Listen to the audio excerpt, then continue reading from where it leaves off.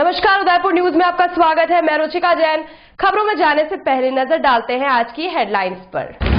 मुंबई के अरब सागर में तो जागरूकता के चलते बच गए 45 लोग। उदय सागर झील में जारी मौत के सफर पर कार्रवाई नहीं होना, मानो जिला प्रशासन को है हादसे का इंतजार।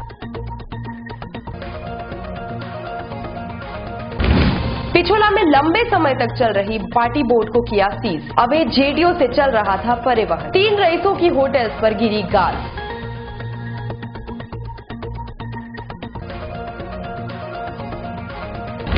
चित्तौड़गढ़ हॉस्पिटल के जिम्मेदारों ने दी बहुत बड़ी लापरवाही। बच्चा हुआ या बच्ची, असली की पहचान के लिए कलेक्टर तक पहुंचे परेशान कदम।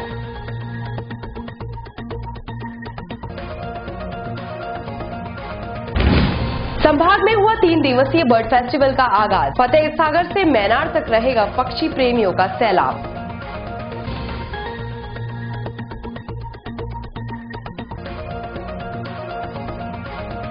अब खबरें विस्तार से। सबसे पहले बात करते हैं उदय सागर में जारी मौत के सफर की। अगर आप बहुत पैसे और रसूख वाले हैं तो निश्चित ही आप अपना आलीशान मकान बनाइए, बड़ी बड़ी बिल्डिंग्स बनाइए और 7 सितारा होटल बनाइए। कोई आपको रोकने और टोकने वाला नहीं है, क्योंकि आपके पास जो है वो है झीलों की नगरी के आम आदमी के पास नहीं है। यहां तक तो ठीक है, लेकिन भले ही कुछ भी वैध हो या अवैध, इसे बनाने वाले दिहाड़ी मजदूरों की जिंदगी खतरे में डालना कहां तक उचित है। वहीं दूसरी तरफ जिम्मेदार प्रशासन अगर टालम टोल करे तो इसे क्या समझा जाए, यह सबसे बड़ी सोचने वाली बात है। और अगर शहर विकास की बात करने वाले तथाकथित जनप्रतिनिधि भी अगर मौन रहे तो समझ लेना चाहिए कि यहाँ पूरी दाल ही काली है। उदयपुर न्यूज ने उदय सागर में सैकड़ों मजदूरों की जान के साथ हो रहे खिलवाड़ को प्रमुखता से दर्शाया था और इस पर जिला परिवहन अधिकारी ने कार्यवाही करने का आश्वासन भी दिया था। लेकिन 2 दिन गुजर जाने के बाद ना तो कोई कार्यवाही हुई, न ही गुनहगारों को रोका गया। गुरुवार को उदय सागर झील के टीला खेड़ा छोर पर यही स्थिति रही।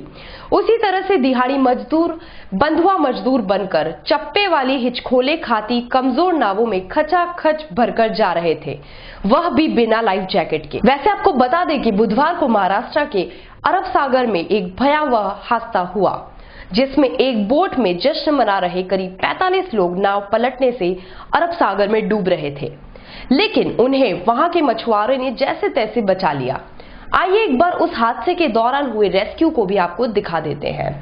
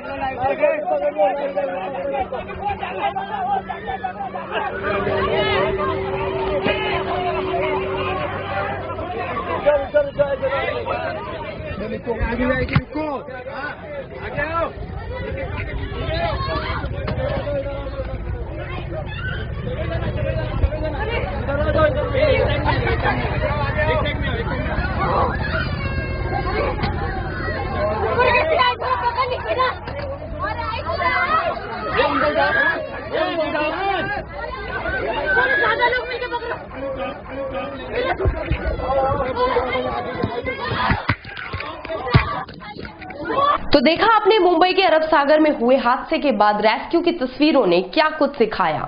बिना लाइफ जैकेट के नौका विहार करना कितना भारी पड़ सकता है और आपकी जान भी जा सकती है। लेकिन झीलों के शहर उदयपुर में सब कुछ चलता है, क्योंकि यहाँ पर सब सेट है। अब बात उदय सागर झील की ही करते हैं, जहां पर वर्धा समूह की आलीशान वेद होटल बन रही है, जिसके निर्माण में दिन रात एक कर रहे मजदूरों को बिना लाइफ जैकेट के टूटी फूटी नाव के अलावा कुछ चप्पू वाली कमजोर नावों पर दिहाड़ी के लिए जाना के लिए मजबूर होना पड़ता है, क्योंकि जान से ज्यादा उन्हें पैसे की जरूरत है।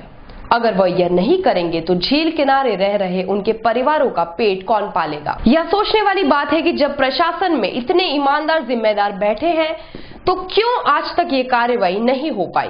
क्या यह सभी लोग किसी बड़े हादसे का इंतजार कर रहे हैं या होटल मालिक का रसूख बहुत बड़ा है? क्या उन सैकड़ों मजदूरों की कोई जान की कीमत नहीं है या कोई बड़ा हादसा होने के बाद ही प्रशासन जागेगा? इस अति संवेदनशील मसले पर प्रशासन ने 4 दिन बाद कार्रवाई करने का आश्वासन दिया है। ऐसे में यह सवाल भी खड़ा होता है कि 4 दिन का समय किस वजह से लिया जा रहा है। जिला परिवहन अधिकारी ने उदयपुर न्यूज की खबर के बाद कहा था कि उदय सागर में चल रही नाव में सिर्फ सामान लाने ले जाने की परमिशन है, उन्हें किसी भी तरह से सवारी नाव के रूप में उपयोग लेने की परमिशन नहीं है और यदि ऐसा होता है तो नाव को सीज किया जाएगा। अब यह बात जिला परिवहन अधिकारी ने बोल तो दी, लेकिन उसके 4 दिन तक भी कोई कार्रवाई नहीं हुई। मजदूर उसी तरह से अपनी दिहाड़ी के लिए होटल पहुंचे। इस पूरे मसले पर उदयपुर पुलिस अधीक्षक कैलाश चंद्र बिश्नोई ने ऑफ द रिकॉर्ड कहा है कि झीलों में चलने वाली सभी नावों पर परिवहन विभाग का ही हस्तक्षेप होता है। पुलिस इस मामले में कोई हस्तक्षेप नहीं कर सकती है। आइए आपको परिवहन अधिकारी के 4 दिन पूर्व बयानों के साथ गुरुवार को दिए गए बयानों को भी सुना देते हैं। संज्ञान में आया कि जो उदय सागर में बोट चल रही चप्पू वाली वो हमारे अंदर नहीं है, क्योंकि जो हम बोट का लाइसेंस देते हैं उसका नंबर जारी होता है। जैसे जैसे गाड़ी का रजिस्ट्रेशन होता है वैसे बोट का नंबर जारी होता है। उस बोट पे हम कार्रवाई कर सकते हैं। जैसे आपने बताया कि उस बोट में 500 लोग बैठ के जा रहे हैं तो अपने आप में एक प्रश्न चिन्ह है और हमें संज्ञान में आया है तो हम उस बोट को सीज कर देंगे, तुरंत प्रभाव से सीज करेंगे। नहीं, बड़ी नाव क्योंकि कमर्शियल नाव की परमिशन दे रखी है हम लोगों ने। जो एक बड़ी बोट है उसके लिए परमिशन दे रखी है, वो भी सामान लाने और ले जाने के लिए, ना कि पैसेंजर व्हीकल के लिए। उसमें किसी भी पैसेंजर नहीं, पैसेंजर के लिए हमने सामान लाने और ले जाने के लिए दे रखी है। अगर बिना लाइफ जैकेट के उसमें किसी को ले जाया गया पाया जाता है तो क्या? तो ये अपराध है, हम उसकी बोट को सीज करेंगे। नहीं, बिल्कुल। उदय सागर में आज हमने पिछोला में की तो हम बिना बोले ही हम 1-2 दिन में उदय सागर भी जाएंगे और कार्रवाई करेंगे, निश्चित होकर कार्रवाई करेंगे, बेफिक्र रहें। क्योंकि 500 मजदूर रोज नहीं, 500 तो मुझे लगता है नहीं बोट की कैपेसिटी की 500 लोग जा सकते हैं। फिर भी आपने जैसा बताया है तो हम तुरंत कार्रवाई करेंगे और आप सभी को बताएंगे कि हमने क्या कार्रवाई की है। शहर के पिछोला झील में बोट पर चल रहे अवैध रेस्टोरेंट पर कार्रवाई को अंजाम देते हुए परिवहन विभाग ने एक बड़ा कदम उठाया है। इस कार्रवाई के दौरान 3 बड़ी होटल्स की 3 बोट पर जांच करते हुए चालान बनाए गए। दरअसल परिवहन विभाग को शिकायत मिली थी कि झील किनारे स्थित होटल्स की कुछ नावों में अवैध रूप से पर्यटकों का ऐशगाह बना रखा है और उन्हें वह सारी सुविधाएं परोसी जा रही है जिनकी परमिशन किसी भी होटल के पास नहीं है। ऐसे में गुरुवार सुबह डीटीओ डॉक्टर कल्पना शर्मा के नेतृत्व में विभाग की टीम ने झील किनारे बनी सभी होटलों की बोट को चेक किया। कार्रवाई के दौरान होटल आमेट हवेली, उदय कोठी और जगत निवास होटल की 3 नावों में फर्नीचर लगा हुआ मिला, जिसकी स्वीकृति नहीं ली गई। ऐसे में परिवहन विभाग ने 3 नावों को सीज करते हुए चालान बनाया और आगे से नावों में अस्वीकृत गतिविधियां नहीं करने के लिए पाबंद भी किया। बड़ी होटल्स पर अचानक हुए परिवहन विभाग की कार्रवाई से सभी और हड़कंप मच गया। वहीं इन दिनों तीनों होटल्स की जेटियां भी अवैध पाई गई थी। निगम ने यहां पर इन होटल्स को परमिशन दे ही नहीं रखी थी। बोटें चल रही हैं, बिना परमिशन के चल रही हैं, बिना लाइफ जैकेट चल रही हैं। उस पर कार्रवाई करने हेतु मेरी टीम और नगर निगम की टीम आई है और आज हमने 2.5 घंटे से हम चेकिंग कर रहे हैं पूरे पिछोला झील में। इस 2.5 घंटे में क्या पाया आपने? 2.5 घंटे में पाया, जैसे हमने उदय विलास टाइटल कुछ होटल में तो जो बोटें हैं बिल्कुल सही हैं, उनकी नेम प्लेट है, लाइसेंस है, फिटनेस है। और एक हम आमेट हवेली गए थे, उसमें उस बोट का लाइसेंस का रिन्यू नहीं था तो हमने उसका फिटनेस नहीं था तो हमने उसका चालान बनाया है। हम जगत निवास भी गए तो जो होटल बड़ी बोट थी उसका भी हमने चालान बनाया है, क्योंकि उनमें अननेसेसरी कुछ सामान पाया गया है, फर्नीचर वगैरह पाया गया है। और जहाँ पर हम खड़े हैं वहाँ उदय कोठी की हमें बोर्ड नजर आ रही है, उसका भी हम चालान बना रहे हैं। अल्ट्रेशन परमिशन का हम चालान बना रहे हैं। तो ये तो ध्यान आकर्षित हुआ, उसके बाद लगातार इस तरह की कार्रवाई क्यों नहीं की जाती? नहीं, परिवहन विभाग से कार्रवाई की जाती है, क्योंकि जैसे भी जिस बोटों को हमने परमिशन दे रखी है वो 6 महीने के अंदर आता है हमारे पास और हम उसको फिटनेस देते हैं और लाइसेंस भी देते हैं। लेकिन अब जैसे संज्ञान में आया है तो हम हर महीने चेकिंग करेंगे और निरंतर कार्रवाई करेंगे। नहीं, ऐसा कुछ नहीं पाया गया। वहाँ पर सिर्फ टेबल कुर्सी लगे हुए थे, बाकी ऐसा कुछ नहीं पाया गया। प्रदेश में जहाँ नवजात शिशुओं की मृत्यु के बाद शिशु इकाइयों में पूरी सावधानी बरतने के लिए सरकार ने निर्देश जारी किए हैं, वहीं चित्तौड़ जिला मुख्यालय के श्री सावलिया जी राजकीय जिला चिकित्सालय में एक गंभीर लापरवाही सामने आई है। यहां एक दंपत्ति पर उस समय मानसिक संपात के बादल गहरा गए जबकि उनको खुशियां मनानी चाहिए थी। अस्पताल प्रबंधन की लापरवाही के चलते पहले पुत्र बताया और उसके बाद पुत्री होने की जानकारी देकर चिकित्सालय स्टाफ ने परिवार को संशय की स्थिति में ला दिया। दरअसल बेगू उपखंड के तेज सिंह की पत्नी उमेश कंवर को प्रसव के लिए जिला अस्पताल में भर्ती कराया गया, जहां 3 जनवरी को डॉक्टर प्रतिभा सनाडे ने ऑपरेशन कर प्रसव कराया। बाद में परिजनों को सूचना दी और उन्हें बधाई भी दी। तीसरी संतान होने पर चिकित्सकों ने नसबंदी कराने की सलाह भी दे डाली, लेकिन 15 मिनट बाद ही परिजनों को बुलाकर उन्हें लड़के के बजाय लड़की होने की सूचना देकर असमंजस की स्थिति में डाल दिया। परिजन संशय की स्थिति में है और मामले की जांच की मांग को लेकर जिला कलेक्टर के पास गुहार लगाने पहुंच गए। परिजनों ने मांग की है कि उनकी जैविक संतान उन्हें दिलाई जाए और डीएनए जाँच भी की जाए। सर मेरे को 2 तारीख को आया था यहाँ हॉस्पिटल, भर्ती कर लिया था मेरी मिसेज को सामान्य चिकित्सालय में। फिर 3 तारीख को सुबह 9-10 बजे डिलीवरी हुई थी, 10 बजे। उसमें सर मेरे को मैडम ने बुला के बधाई दी कि आपका लड़का हुआ, तीसरी संतान है, आपको ऑपरेशन करवाना गया, नसबंदी करवाने की। मैंने मना कर दिया, नसबंदी नहीं करवानी। बोला आपका लड़का हुआ, नसबंदी करवा लो। फिर मैंने तो भी मना कर दिया कि बच्चेदानी पे लोड पड़ता है, इसलिए नहीं करवानी है। फिर 20 मिनट बाद में जैसे बच्चे और मेरे को देवस्थान पर जाना था, वहाँ के लिए निकल गया। मैं पेड़ वगैरह ला के मेडिकल का जो भी सामान मंगाया था वो लेके मैंने मैडम को दे दिया और मैं देवस्थान के लिए निकल गया। फिर 20 मिनट बाद मेरे भाई का फोन आया कि मैडम ने तेरे को अर्जेंट बुलाया है। फिर मैं मैडम के पास गया, पहुंचा वहाँ तो मैडम ने कहा कि आपको बच्ची हुई है। इस चीज़ से मैं संतुष्ट नहीं हूँ। तो क्या भी दे दी आपने? बधाई दे दीजिए। अच्छा, उसके बाद 20 मिनट बाद में मेरे भाई वहीं था ऑपरेशन थिएटर के बाहर। उनको बोला कि आपके भाई को बुलाओ, उमेश कंवर के हस्बैंड को। क्या आपको क्या लगता है इसमें? सर इसमें बिल्कुल ये गलत है सर। न्यूज अगर लड़के ऐसा हर दिन आया होता रह रहा है सर। 25 तारीख को भी एक डिलीवरी थी, उसमें भी यही न्यूज। तो अब आप क्या चाहते हैं? सर मेरे को न्याय, किस तरह का न्याय आप मांग रहे हैं? मेरे हिसाब से लड़का ही था, क्योंकि पहले न्यूज दी थी, देखा होगा मैडम ने, तभी तो लड़के के लिए बोला। ऐसा तो नहीं बोल सकते। डीएनए तक जाएंगे आप? बिल्कुल जाऊंगा सर। इससे पहले भी ऐसा मामला हुआ है? हाँ, इसमें कब हुआ था? 25 तारीख को हुआ था। वो आदमी मेरे गाँव का है, कुमारों का है। उसको भी अगर जरूरत पड़ी तो मैं यहाँ पेश करवा दूंगा। उदयपुर न्यूज में अभी वक्त हो चला है एक छोटे से ब्रेक का, कहीं मत जाइएगा। ब्रेक के बाद बात करेंगे कुछ और खबरों पर। उस दिन तो मैं डर ही गई थी। रात के 1 बजे मैं कहाँ जाऊं? काफी भीड़ भी जमा हो गई थी। भीड़ में से किसी ने मुझे GBH ट्रोमा इमरजेंसी का कार्ड दिया। मैंने वहाँ फोन किया, सिर्फ एक कॉल करने से तुरंत एम्बुलेंस आ गई।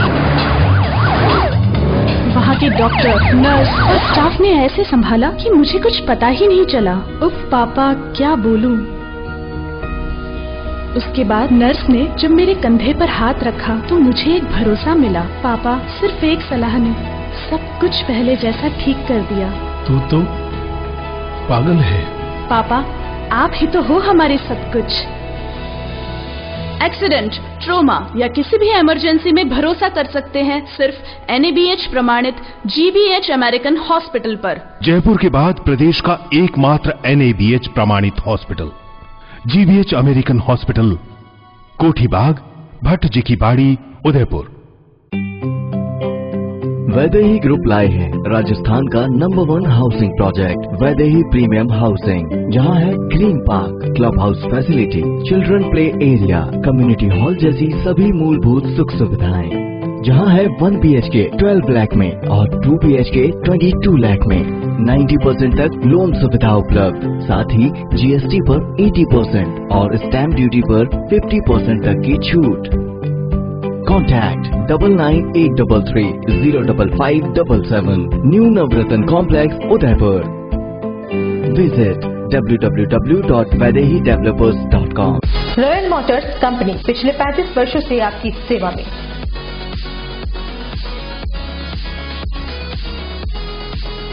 हीरो मोटोकॉर्प का सबसे बड़ा व विस्तृत शोरूम एवं वर्कशॉप,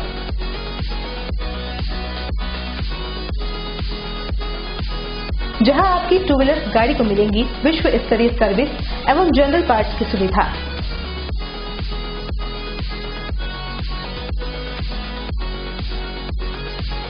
हीरो मोटोकॉर्प के सभी मॉडल सभी रंगों में उपलब्ध।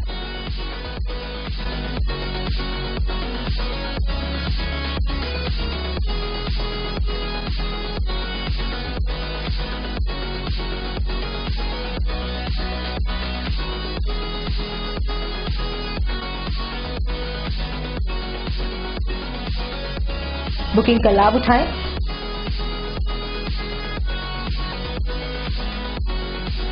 Royal Motors company 57 Panchvati Udaipur. Phone number 02942426-838। एक बार फिर से स्वागत है आपका उदयपुर न्यूज में। श्रीनाथ जी की नगरी नाथद्वारा में श्री भगवती प्रसाद देवपुरा स्मृति समारोह एवं राष्ट्रीय बाल साहित्य संगोष्ठी का आयोजन किया गया। 3 दिनों तक चली इस संगोष्ठी ने अंतिम दिन राजस्थान के हिंदी बाल उपन्यास विषय पर डॉक्टर सत्यनारायण सत्य ने और श्रीमती विमला जोशी ने बाल साहित्य में पर्यावरण विषय पर आलेख वाचन किया। बाल साहित्यकारों के सम्मान की कड़ी में Jaisingh आशावत, Govind Sharma sangria, Bhagwati Prasad Gautam Kota, doctor Bherulal Garg Bhilwara, doctor Satyanarayan सत्य रायपुर, डॉक्टर विमला भंडारी सलूम्बर, रेखा लोड़ा भीलवाड़ा, नैनवा सहित कई साहित्यकारों को सम्मानित किया गया। बीच में का आपने मौका दिया है, मैं आपका बहुत बहुत ऋणी और आभारी हूँ। मैंने आज तक मातृभक्ति को सुने थे, लेकिन पितृभक्ति में बिल्कुल उत्कर्ष साहित्य संस्था में उत्कर्ष आएगा। मैं ये निवेदन करता हूँ, बधाई देता हूँ और आभार प्रकट करता हूँ आप सभी। माता वैष्णो देवी के दरबार में इन दिनों भक्तों का तांता लगा हुआ है। कड़ाके की ठंड में भी भक्तों के कदम माता के दरबार में जाने से रुक नहीं रहे हैं। ऐसे में उदयपुर से काफी श्रद्धालु वैष्णो देवी गए हुए हैं। उन श्रद्धालुओं को गुरुवार सुबह और भी आनंद आ गया जब वैष्णो देवी की पहाड़ी पर स्थित काल भैरव के मंदिर के आसपास ओलों की बारिश हुई। इस स्नोफॉल का सभी भक्तों ने खूब आनंद लिया और उदयपुर से गए करीब 50 से ज्यादा श्रद्धालुओं ने इसका वीडियो बनाया और उदयपुर न्यूज को भेजा ताकि चैनल के दर्शक भी इसे स्नोफॉल का आनंद ले सके। जय माता दी भाइयों, यहाँ ये वैष्णो देवी का है, ये वैष्णो देवी में स्नोफॉल हो रहा है ये, और नज़ारा बहुत ही रोमांचक नज़ारा है ये। यहाँ से उदयपुर से कम यहाँ से 50 लोग आए हुए हैं और इसी लुत्फ का मजा ले रहे हैं। जय माता दी। तो कैसा लग रहा है यहाँ पर आकर? बहुत अच्छा लग रहा है। हम उदयपुर राजस्थान से आए हुए हैं, 50 फैमिली के साथ आए हुए हैं, 50 जने आए हुए हैं उदयपुर से हम। और यहाँ पे जो नज़ारा देखा है, पहली बार स्नोफॉल हमने लाइव देखा है हमारे आंखों से। भैरव जी के मंदिर पे। अच्छा, स्नोफॉल अच्छा हुआ? बहुत अच्छा हुआ, बहुत अच्छा हुआ। सुनने में आ रहा है कि 10-12 साल में पहली बार स्नोफॉल हुआ है भैरव जी के मंदिर के यहाँ पे। और वैसे माता के मंदिर दर्शन बहुत अच्छे से हो गए हमारे को। शहर के हिरणमंगरी स्थित सिद्धिविनायक हॉस्पिटल में एक प्रसूता का सफल ऑपरेशन किया गया जो कि बहुत जटिल था। हॉस्पिटल प्रबंधक डॉक्टर गजेंद्र सिंह जोशी ने बताया कि धैर्यवाद से आई एक गर्भवती महिला का ऑपरेशन करना था, लेकिन इस केस में जटिलता यह थी कि महिला के दिल में एक छेद था और इस वजह से ऑपरेशन करना संभव नहीं था। परिजन भी इस बीमारी से ग्रसित महिला को शहर के कई नामचीन अस्पतालों के साथ अहमदाबाद भी दिखा चुके हैं, लेकिन सभी ने दिल में छेद होने की वजह से ऑपरेशन करने से मना कर दिया। डॉक्टर्स का कहना था कि अगर इसका ऑपरेशन कर दिया गया तो जच्चा बच्चा दोनों की जान को खतरा हो सकता है। इस पर जब प्रसूता को सिद्धिविनायक हॉस्पिटल में लाया गया तो अनुभवी चिकित्सकों की टीम ने सफल ऑपरेशन करते हुए एक मिसाल पेश की। सिद्धिविनायक में हुए एक ऑपरेशन के बारे में बताने जा रहा हूँ, जिसमें कि धैर्यवाद से एक 20-21 साल की लड़की जो हमारे यहाँ भर्ती हुई थी, जिसके कि हार्ट में छेद था, जिसको हम VSD with Eisenmenger with severe PH बोलते हैं हम लोग। उस कंडीशन के अंदर लेडी जो थी प्रेग्नेंट थी, वो प्रेगनेंसी के दौरान उसने कम से कम उदयपुर के सभी नामचीन चिकित्सालयों और सब जगह दिखाया उन्होंने। वहाँ उन सभी लोगों ने उनको ऑपरेशन करने के लिए, डिलीवरी करने के लिए मना कर दिया। अंत में, और इवन वो उदयपुर से बाहर भी जाके आए, अंत में वो थक और अहमदाबाद तक दिखा के आए, अंत में थका के वो मेरे पास आए। मैंने उनके केस को स्टडी किया, देखा रिस्क थी, मतलब जान का खतरा पूरा था, पर हमने उनको समझाया अगर हम कुछ नहीं करते तो शायद माँ बच्चे दोनों का बच पाना संभव होता। और फिर मैं सोनोग्राफी कराई, सोनोग्राफी के बच्चे की धड़कन बहुत कम चल रही थी। हमने समझा दिया उनको भाई डिलीवरी में रिस्क तो है, लेकिन बचना मुश्किल है। और हमारे गायनेकोलॉजिस्ट के द्वारा और पूरी टीम के द्वारा, एनेस्थेटिस्ट के द्वारा सफल ऑपरेशन किया गया। और आज हम बच्चे को तो नहीं, सॉरी बच्चे को तो पेट में पल रहे बच्चे को नहीं बचा पाए, लेकिन माँ पूरी तरह स्वस्थ है और हमने स्वस्थ रूप से उसको डिस्चार्ज कर दिया। झीले के ऋषभदेव कस्बे में गुरुवार सुबह तेज रफ्तार से आ रही ट्रैवल्स ने सड़क किनारे खड़े ट्रक चालक को अपनी चपेट में ले लिया, जिससे उसका एक पांव पूरी तरह से कट गया। हुआ यूं कि जब ट्रक ड्राइवर ट्रक से उतरकर चाय पीने जा ही रहा था, तभी बस ने उसे अपनी चपेट में ले लिया। हादसे के बाद घायल को ऋषभदेव के सीएससी में पहुंचाया और जहां से उसके इलाज के लिए एमबी हॉस्पिटल रेफर किया। घटना की सूचना मिलने पर ऋषभदेव थाना पुलिस भी मौके पर पहुंची और मौका मुआवजा कर मामला दर्ज किया। उदयपुर में गुरुवार से बर्ड फेस्टिवल का आगाज हो गया है। 3 दिवसीय बर्ड फेस्टिवल में पहले दिन बर्ड रेस आयोजित की गई, जिसमें पक्षी प्रेमी वन विभाग द्वारा तय स्थान से रवाना हुए।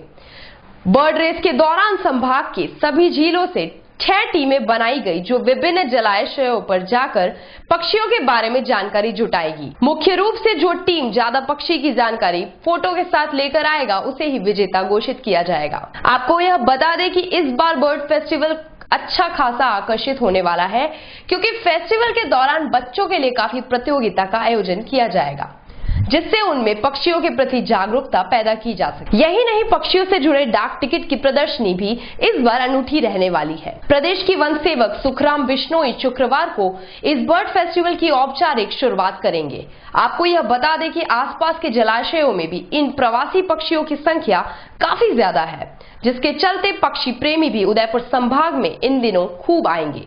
इस वर्ष उदयपुर बर्ड फेस्टिवल आज से स्टार्ट हो गया है अनौपचारिक रूप से, और कल मॉर्निंग में इसका उद्घाटन होने जा रहा है।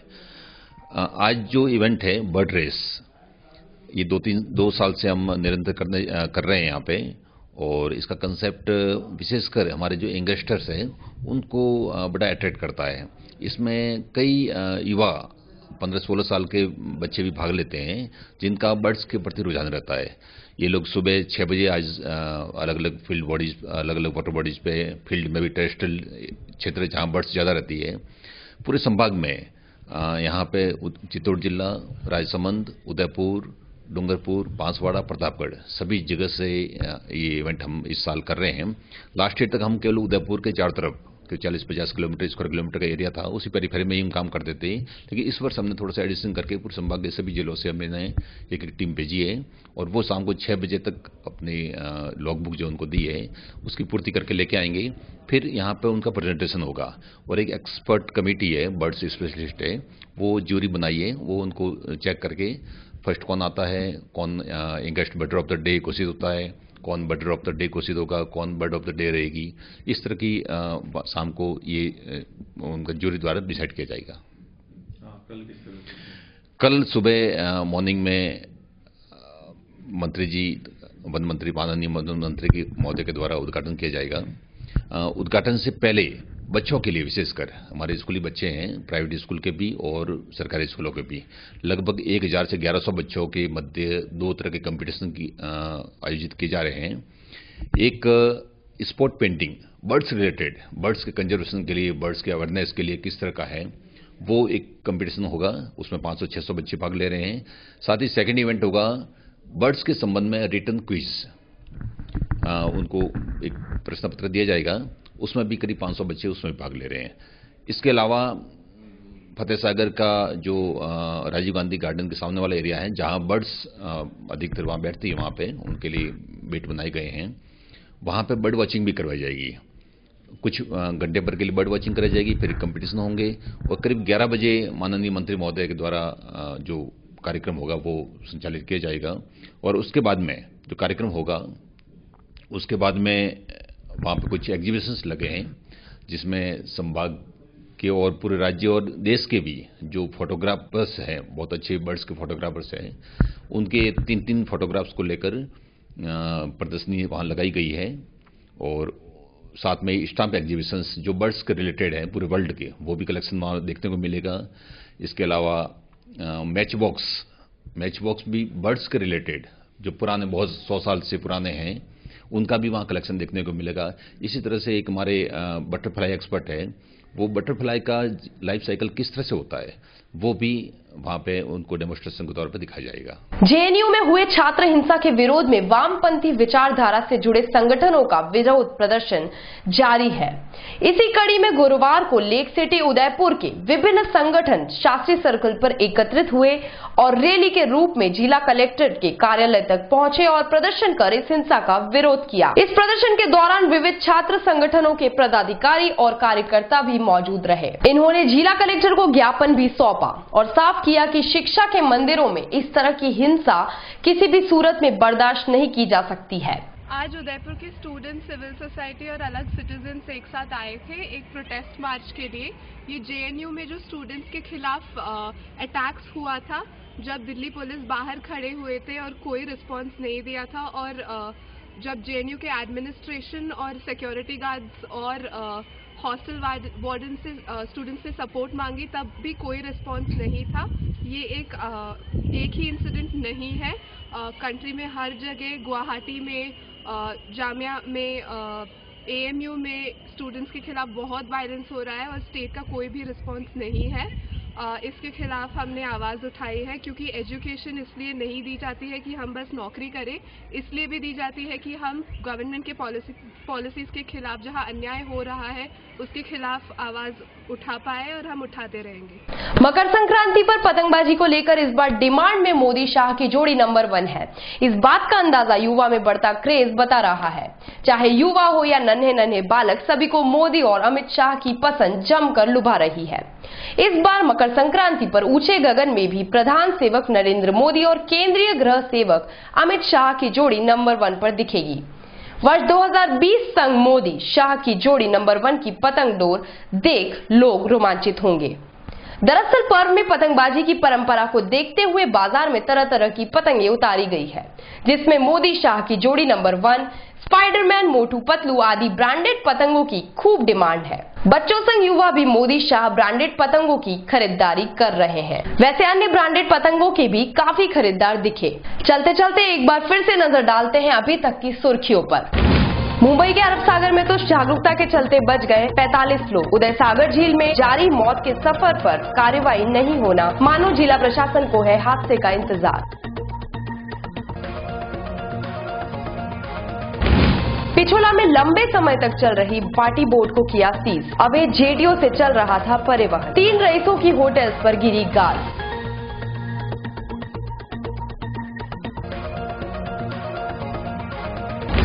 चित्तौड़गढ़ हॉस्पिटल के जिम्मेदारों ने दी बहुत बड़ी लापरवाही। बच्चा हुआ या बच्ची, असली की पहचान के लिए कलेक्टर तक पहुंचे परेशान कदम।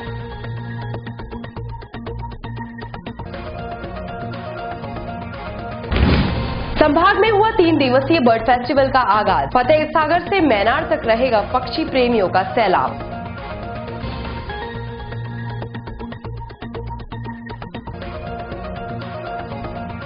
उदयपुर न्यूज के बुलेटिन में अभी इतना ही। फिलहाल इजाजत दीजिए रुचिका जैन को, और खबरों के लिए देखते रहिए उदयपुर न्यूज। नमस्कार।